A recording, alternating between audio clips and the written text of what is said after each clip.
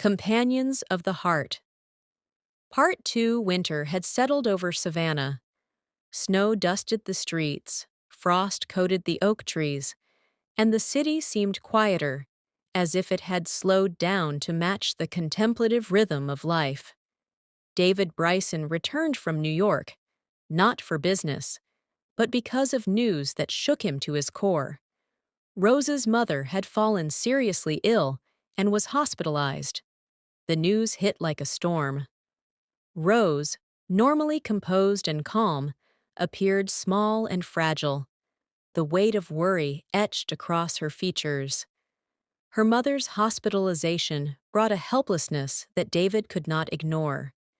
He felt a deep moral pull, an obligation stronger than any corporate duty. Hospital days. The hospital was a world apart from Savannah's quiet streets. Sterile corridors, the beeping of monitors, and the scent of antiseptic filled every corner.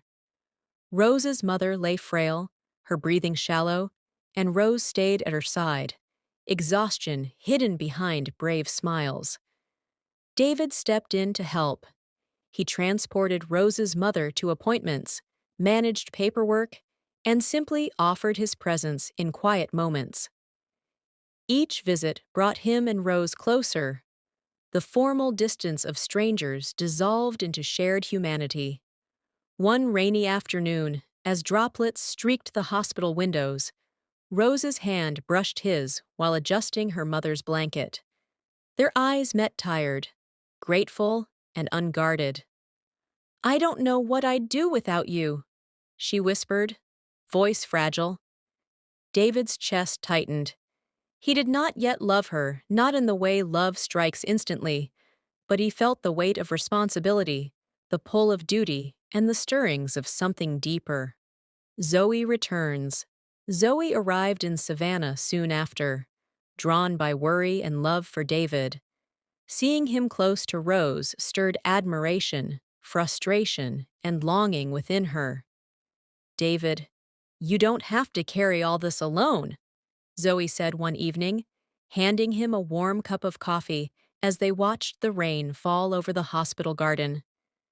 David smiled faintly, aware of the warmth she offered, but knowing that his focus must remain on Rose and her mother. I have to help," he replied softly.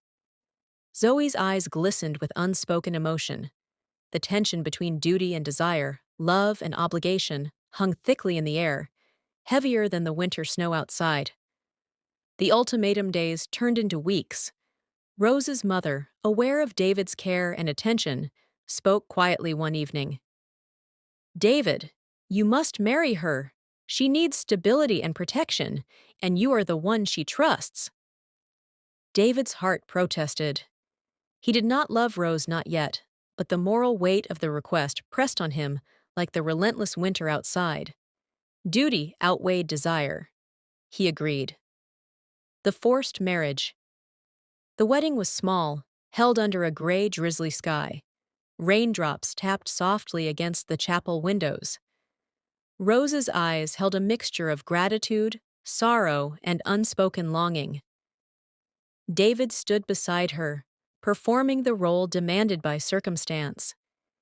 Every word carried meaning, yet lacked the warmth of love freely given. Rose's mother watched with tears in her eyes, relieved. David felt the ache of a heart constrained by obligation. Life together and slow-growing love. Life after marriage was an adjustment. Caring for Rose's mother required patience, attention, and compassion. David and Rose shared quiet mornings, library visits, snowy walks, and long evenings by the fireplace. It was in these ordinary moments that love began to awaken. He noticed how she organized their home with care. He saw her gentle humor, even in moments of stress. He appreciated her quiet support, comforting him without words. David found himself observing these small gestures, feeling warmth he had never expected. Love was not immediate. It grew slowly, nurtured by shared hardship Intimacy and respect. Zoe's presence. Zoe remained in the picture, her love for David unwavering. Each visit stirred longing and tension, reminding David of the life he might have had. He felt guilt, yet slowly realized that love could grow even from duty. Winter and rainy moments. The city, dressed in snow and rain, reflected the emotional landscape of their lives. Rainy afternoons in the hospital garden, snowy walks along oak-lined streets, and quiet library evenings became stages for subtle affection. One snowy evening, David offered Rose his arm as they walked outside.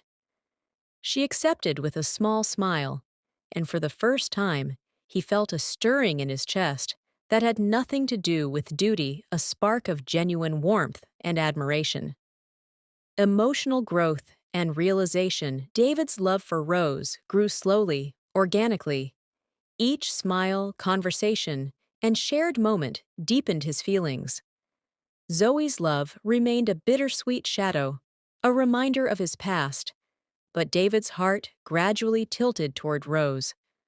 Rose, in turn, noticed the subtle changes in David, the care in his gestures, the attention in his eyes, the quiet presence that comforted and supported her. Trust and intimacy blossomed, born of shared hardships and understanding. Resolution months passed. Rose's mother recovered. Stability returned. David's heart fully recognized the love that had grown quietly and persistently. Zoe's love remained tender and poignant, but David's place was now beside Rose, love nurtured by duty, respect, and emotional growth. On a snowy evening, David and Rose walked slowly through his quiet streets, hands brushing, hearts quietly aligned. Their love was deliberate, earned, and deep born from shared life, sacrifice, and understanding. Rain, snow, and hardship had nurtured something enduring, a love that was slow, steady, and unwavering.